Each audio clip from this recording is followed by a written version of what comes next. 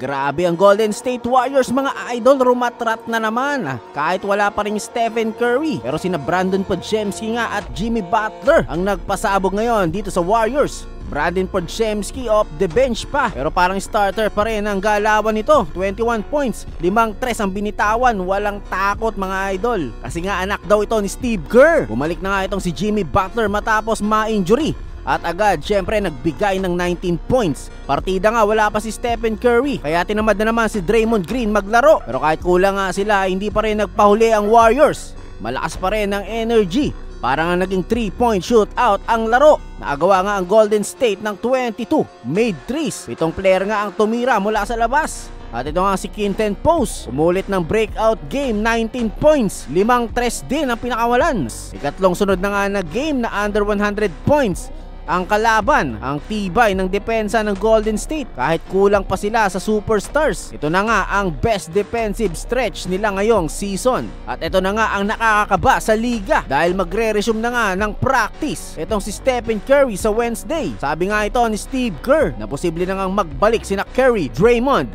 at Al Horford sa Friday versus Minnesota. Kung ganito na nga katindi ang Golden State kahit walang superstars, paano pa kaya kapag buo na sila? Syempre mga idol, kung gusto mo ng mainit na NBA updates, mag-like at subscribe ka na!